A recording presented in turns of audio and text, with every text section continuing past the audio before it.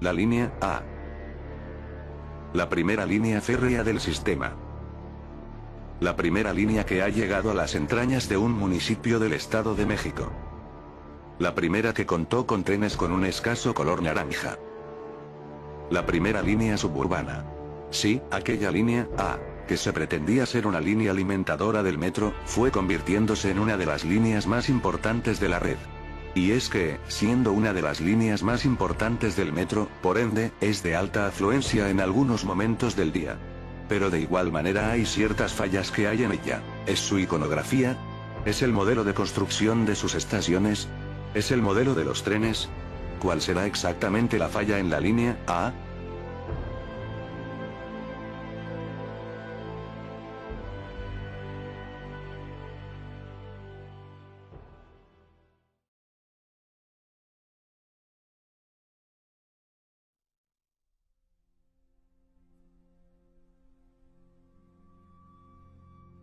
¿Qué ha pasado con la línea A?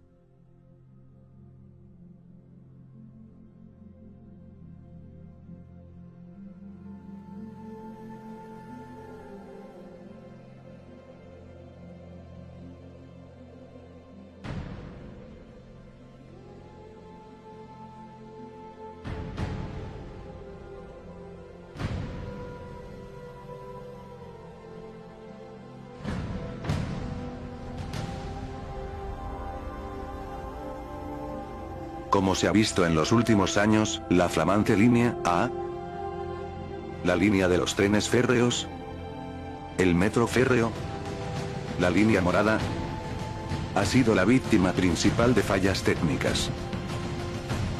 No precisamente se pueda referir a que es la primera línea en usar trenes de rodadura férrea, sino que sus diferentes desperfectos se han visto desde muchas perspectivas. Desde fallas electromecánicas en el interior del convoy, hasta el hundimiento del terreno donde pasa el tren.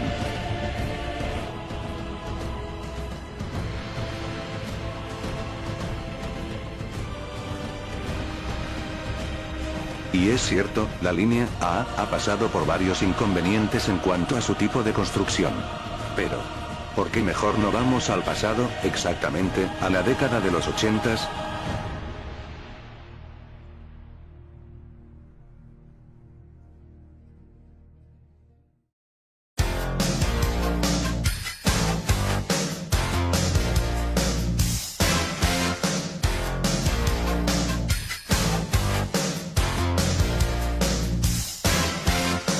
En la década de los 80s, pareciera ser que había una total renovación en el tema de transporte público. Los tranvías habían dejado de dar servicio, para dar paso a la construcción del tren ligero, la renovación de la flota vehicular de los trolebuses, la implantación de Ruta 100, los peceros y nuevas líneas de metro capitalino. Este último, era el proyecto de transporte más importante de la ciudad en la década.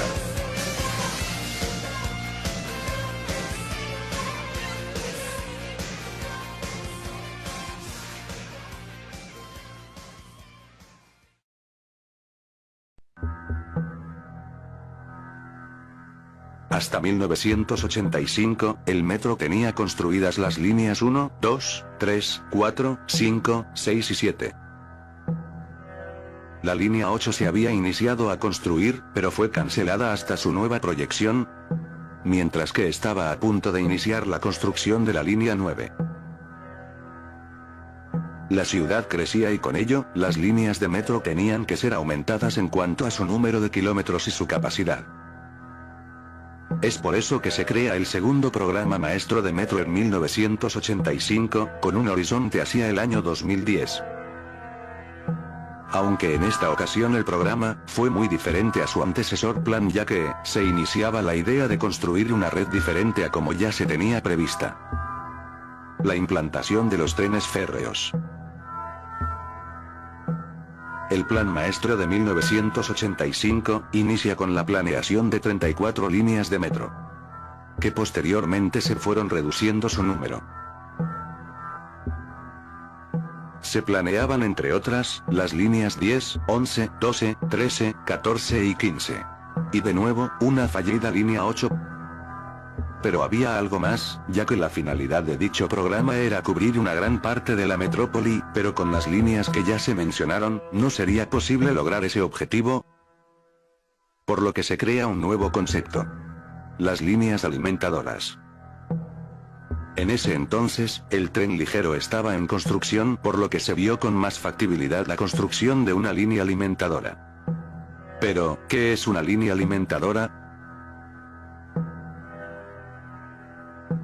Una línea alimentadora es aquella que brinda servicio a partir de un punto cercano de la Ciudad de México, que colinde con la zona conurbada del Estado de México. La línea alimentadora parte de este punto, hacia un municipio del estado que tenga una población alta, o un escaso sistema de transporte, y que tenga facilidad y cercanía entre el estado y el distrito. En pocas palabras, una línea alimentadora conecta un municipio del Estado de México con una línea importante de la red. En este caso, las líneas metropolitanas 1, 2, 3, 4, 5, 6 y 9. El concepto de línea alimentadora pretendía la construcción de 8 ramales. Se identificarían con la letra A de alimentadoras en conjunto con el número que llevaría una sucesión consecutiva: A1, A2, A3, A4, A5, A6, A7 y A8. Las líneas alimentadoras proyectadas eran las siguientes. Línea A1. Zaragoza a Los Reyes. Línea A2. Villa de Aragón a El Caracol. En Ecatepec. Línea A3. Lechería. En Cuautitlán Izcalli, a 4 Caminos. Línea A4. Constitución de 1917, a Santa Marta. Línea A5. Martín Carrera, a El Caracol, en Ecatepec. Línea A6.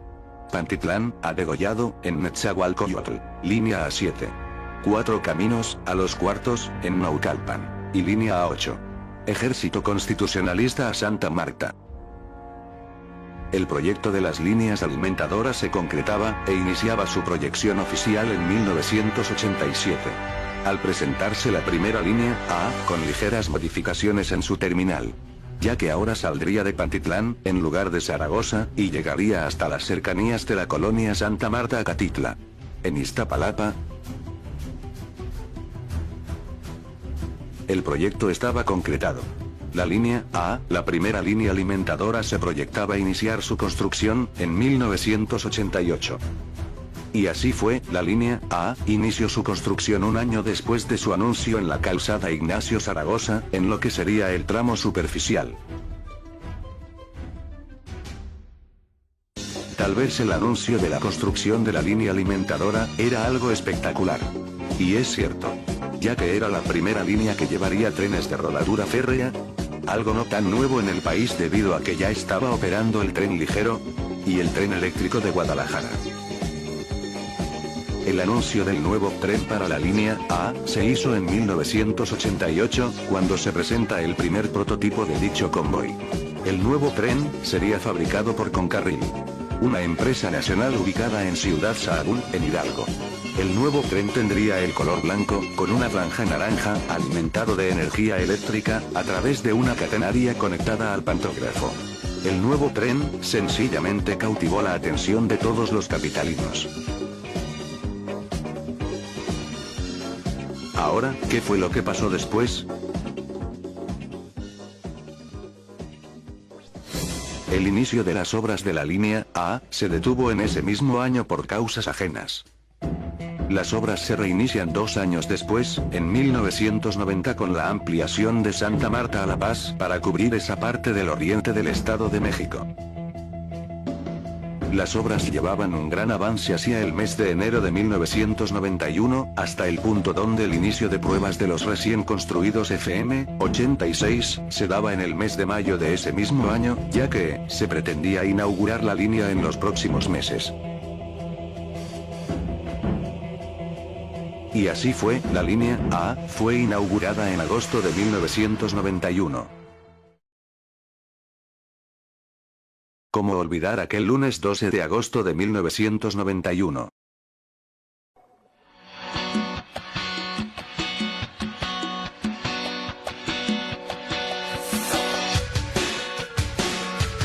del día pareciera estar un tanto nebuloso. Aunque al final hubo una pequeña llovizna, la línea A se inauguró por el señor presidente de México, Carlos Salinas de Gortari. El señor regente del Distrito Federal, Manuel Camacho Solís. Y el señor gobernador del Estado de México, Ignacio Pichardo Pagasa. La cita, la nueva estación Pantitlán, que mostraba estacionado a un convoy, que nos daba una nueva imagen ante una ciudad, que estaba acostumbrada a mirar aquellos trenes de color naranja. Los trenes blancos, de 6 carros que, apenas si mostraban una discreta franja naranja, que significaba que el metro finalmente cumplía la misión de llegar a una zona suburbana de la ciudad. Todo parecía normal, después de su inauguración. Tanto el servicio de la nueva línea de metro, como de sus trenes. A pesar de que días antes del famoso corte de listón, la línea sufría algunos inconvenientes técnicos, en su respectiva catenaria. No obstante, a pesar de que se mostraban aquellas fallas, la línea siguió su rumbo hacia los caminos del oriente. La línea A presentaba fallas electromecánicas, incluso desde antes de su inauguración, ya que había problemas en el suministro de energía de las estaciones, que se encontraban alimentando a los trenes. La línea tenía fallas y era notorio. Incluso días después de su inauguración, y debido a ello, se comenzaba a brindar servicio provisional en algunos tramos, ya que pareciera ser que problemas se iban agravando cada vez más. No obstante de los inconvenientes que sufría la línea, todo el servicio seguía normal, y la gente disfrutaba de un viaje en aquel viejo tren de color blanco fabricado por Concarril, transportando y cubriendo a una población, desde municipios de La Paz, Chalco, e Ixtapaluca, hacia la zona de Pantitlán, colindando, a su vez, con ciertos lugares de interés, como lo son la Ciudad Deportiva Magdalena Mixhiuca, y el Aeropuerto Internacional de la Ciudad de México. Pero después, ¿qué le pasó a la línea A? ¿Por qué es la línea más lenta del sistema? En años posteriores, determinaron que la calzada Ignacio Zaragoza en su tramo, Tepalcates, Santa Marta a Catitla, se hundía cada vez más y con ello, las vías del ferrocarril metropolitano se iban saliendo de su forma. Debido a eso los trenes FM 86, FM 95A y los FE 07 tienen que disminuir su velocidad hasta 10 km por hora. Nada favorable para la población que requiere del servicio de esta línea en las mañanas, camino a sus respectivos centros de trabajo. Esto se puede resumir en que el problema está en el tipo de construcción que se hizo en la línea y en la zona donde ésta circula. La línea A recorre de forma superficial la calzada Ignacio Zaragoza. Entre el tramo agrícola oriental y Tepalcates, la línea hace un perfecto recorrido sin dificultad alguna. Sin embargo, los problemas empiezan a partir del tramo Guelatao, a Santa Marta. ¿Y por qué sucede esto?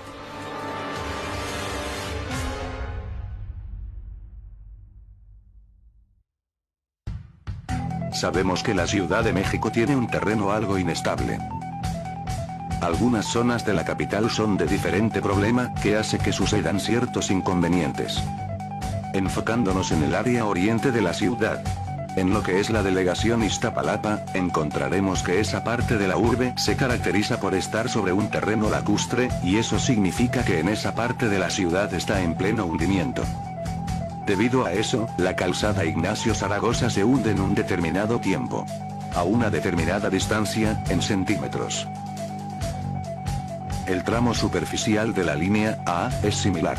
Está en proceso de un hundimiento frecuente, debido a este problema geológico de la Ciudad de México. Y debido a ello, las vías de la línea se van saliendo de su lugar. Se van gastando con mayor facilidad, debido a la dificultad que hay en el momento en el que el tren circula en ese tramo. Específicamente en donde se encuentra el Peñón de Marqués. Debido a ello, la línea tiene que pasar por una serie de mantenimiento mayor, en la que se trata de nivelar las vías con el subsuelo que se encuentra en la calzada Ignacio Zaragoza.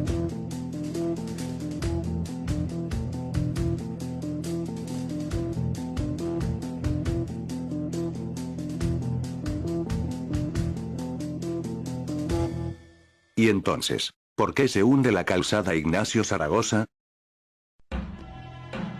Esto es debido al mismo problema. La zona oriente de la capital está en una zona de hundimientos profundos. Es un terreno muy blando que no es propenso para llevar a cabo ciertas construcciones superficiales, o de igual manera, llevar una excavación profunda en la zona.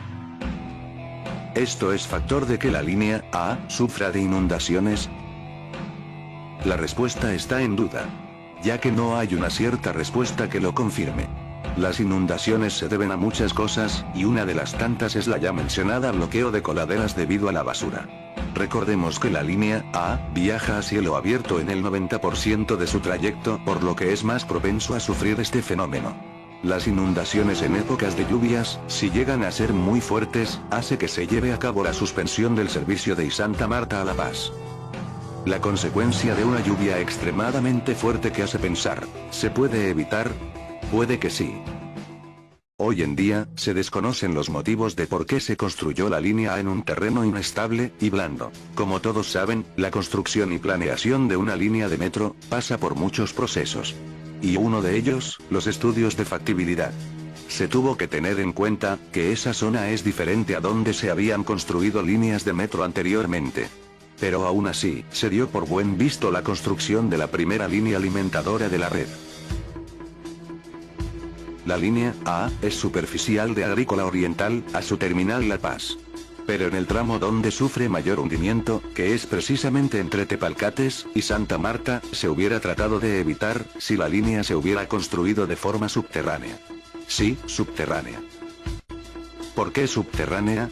Porque si fuera subterránea, se tendría que haber construido necesariamente bajo un proceso de muros Milano pantalla. Que, como ya se vio en el caso de la línea 1, hacen que se nivele el peso de los túneles, con el peso de la tierra, con los llamados muros Milán, cuya función principal se vio en el capítulo anterior, y que ha tenido éxito en las construcciones de la ciudad. Entonces, la línea A actualmente sigue teniendo esos problemas. ¿Se pueden eliminar los problemas? La respuesta puede estar en el aire, aunque para que se eliminen totalmente los problemas, se tendrá que hacer una reconstrucción total. Cabe destacar que actualmente, se tiene un proyecto para ampliar la línea A hacia Chalco. En dicha ampliación, podría haber un riesgo, ya que Chalco está en una zona aún más inestable, ya que está sobre el antiguo lago. Para su construcción se necesita realmente un sistema de construcción especial.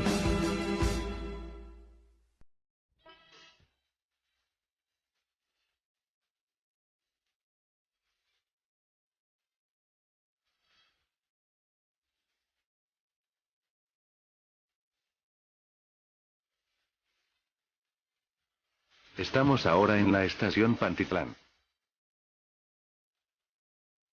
Acabas de arribar de la línea 5 y pretendes transbordar a la línea A.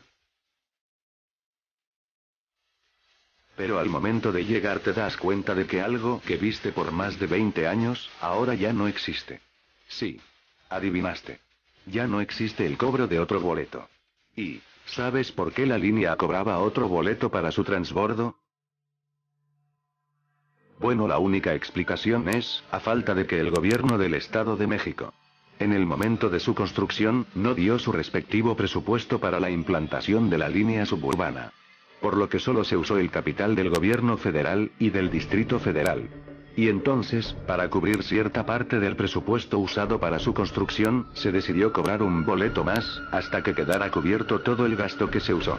Sin embargo, eso de cobrar un boleto extra quedó en la línea de metro por 22 años. En el año 2013, se elimina el costo extra, ya que el aumento de precio en el boleto, de 3 a 5 pesos, hizo que se eliminara totalmente el cobro de un boleto más en esta línea. Pero, ¿por qué se tuvieron que esperar hasta ese año para eliminar el cobro?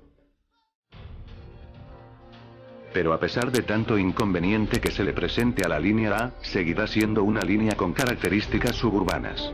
Con aquellos trenes blancos, azules y naranjas, la línea A, la flamante línea A, la línea de los trenes férreos, la línea morada, el metro férreo, es una de las líneas más bonitas de la red.